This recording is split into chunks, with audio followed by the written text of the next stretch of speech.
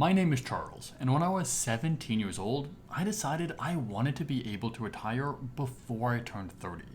But to do that, I knew I needed to keep my expenses extremely low. So in this video, I want to share 10 things that I stopped buying to retire early faster, and how much money I'm saving by making each of these changes. And then at the end of this video, I'll show you how a totally average person could become a millionaire at age 45, even if these were the only 10 things they saved money on. So whether you're trying to retire early like me, or you just want some inspiration for a few ways to save more money, I guarantee that there's something in this video for you. And the first thing that I stopped buying might be obvious if you've watched a lot of my YouTube videos. I almost always film my videos in the same outfit, and that's not just because I shoot multiple videos at a time. It's not that this is the only shirt that I own, but I did try to stop buying clothes unless I really needed them. And when I was looking through my closet, I realized that I've literally had some of the same clothes since I was in high school. So I really don't understand why the average American spends over $1,300 per year on new clothes every year. Last year, I spent less than $100. So this was one of the easiest adjustments to make to save way more money, and it also means way less clutter. And on the topic of appearances, let's move on to the second thing that I stopped buying.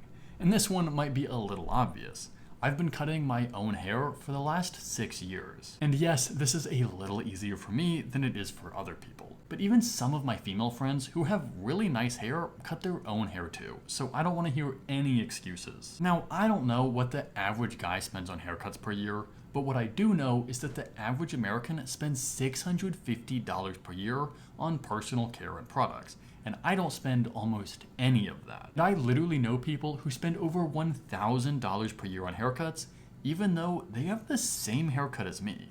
So instead of spending $50 on your next trip to the barber, maybe invest that money in some nice hair clippers or scissors. And the next thing I stopped buying might be a little controversial, but let me explain. Even though I usually love reading, I stopped buying books. Spending money on books just didn't make sense to me when every town and city has an entire network of libraries where you can get books for free. So you should only buy a book if two things are true.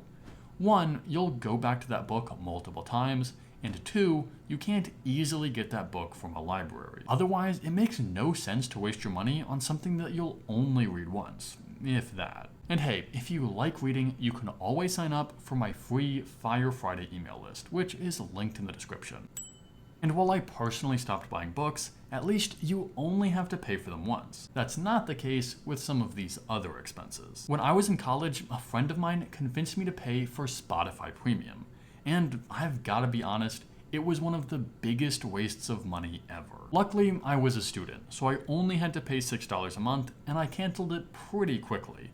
But I just couldn't believe that most of my friends were paying $132 per year just for this. That's when I decided it was dumb to pay for music. All of that exact same music is on YouTube for free. So you can listen to the same music, make the exact same playlists, and if you really want to, you can also watch music videos. And yeah, YouTube doesn't have all of the same features, but it's literally free. So I just don't understand why so many people spend so much money on this. And music is just the start of it. The $11 a month people pay for Spotify is nothing compared to the subscriptions for Netflix, Amazon, Hulu, Apple TV, Disney Plus, and whatever other streaming services there are now. And millions of people are paying for cable TV, even though the average price is $200 per month. That would make cable TV my largest expense after rent. So that's why I don't pay for cable TV or any streaming services. When you add up all of the entertainment costs that the average American pays for, it comes out to $2,250 per person. You could literally pay $0 if you wanted to. There is so much free stuff available. This has got to be one of the easiest ways to save more money. But so far, I've only been talking about relatively small expenses. And the problem with these expenses is they're just small enough that they're very easy to ignore, even though they can add up to a lot of money over the course of a year. And that's why the first thing I recommend to all of my coaching clients is to track their expenses. And if you haven't started this yet, I did link a budgeting template in the description that you can use for free. But if you want to start saving serious amounts of money, we need to talk about the 3 biggest expenses that almost everyone has. Coming in at number 3 is food, which the average American spends $6,500 per year on. I've made an entire video where I explain how I spend just a fraction of that. But in this video, I'll talk about just 2 things I stopped buying that made a huge difference. Because here's the thing, the average American is spending 40% of their food budget on 10% of their meals. If that sounds ridiculous, I agree.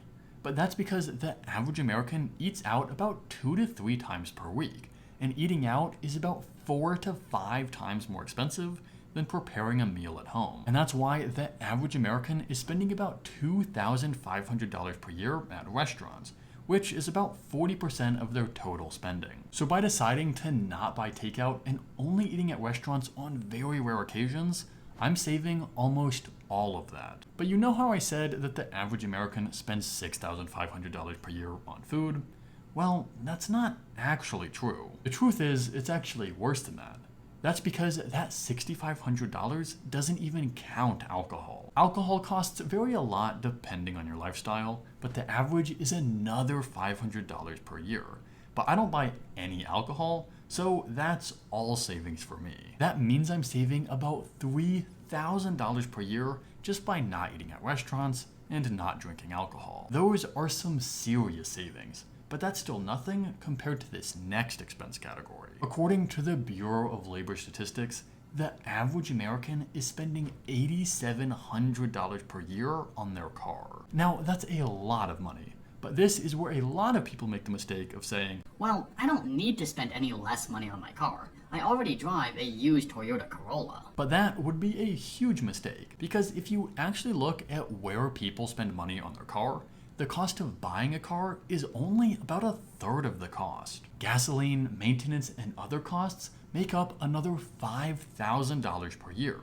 It turns out that just driving a car is really expensive. So when I realized how expensive cars were, I decided to not buy a car at all. By using a bicycle and public transport, I'm saving about $8,500 every single year. A lot of people think it would be impossible to go car free, but I actually think it's a lot more doable than most people realize if you plan for it in advance. But still, I know that going car free is not realistic for a lot of people. But again, most of the costs are just gasoline and maintenance, which means that if you just drove less, you could still save thousands of dollars per year. But as expensive as transportation is, it's still nothing compared to the cost of housing.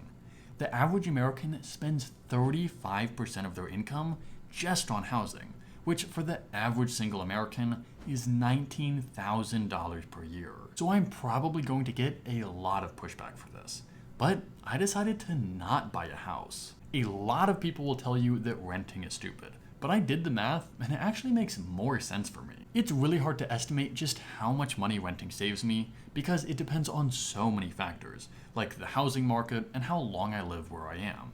But my best estimate is that renting saves me an extra $5,000 per year. Now, I also want to emphasize that this is not just a financial decision. There are a lot of lifestyle reasons that I decided to rent too. But I do believe that in the long run, renting is saving me more money. And by not buying a house or a car, there's just one more way that I'm able to save money. The average American pays over $1,200 per year on car insurance, and another $1,500 per year on house insurance. But since I didn't buy a car or a house, I don't have to pay for insurance either. So if all you did was avoid the 10 purchases that I just talked about, you could become a millionaire in your 40s. Because if you put all of the expenses that I just talked about together, you would be saving about $1,300 on clothing, $650 on haircuts and other personal care, $50 on books, $2,250 on music, TV, and other entertainment, $3,000 on food and alcohol, $8,500 on your vehicle, which includes vehicle insurance, and $1,500 on home insurance.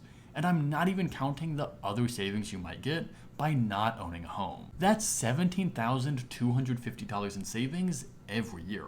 And again, that's just compared to the average American. you might be able to save even more than that. So if you took that $17,250 in savings every year and invested it with a 7% annual return, you could have over $1 million in just 24 years. If you started at 22 years old, you would have your $1 million before turning 46, all from just making these 10 simple changes. And that's why I make these videos. Even average people can build wealth without getting lucky, grinding away at side hustles, or starting a business. And even if you just make a few of these changes, you could literally change your life.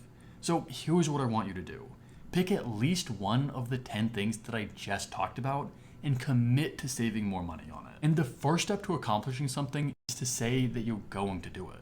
So you can write it in the comments, which will also help me know how I can be more helpful. But so far, I've only talked about things that I don't buy.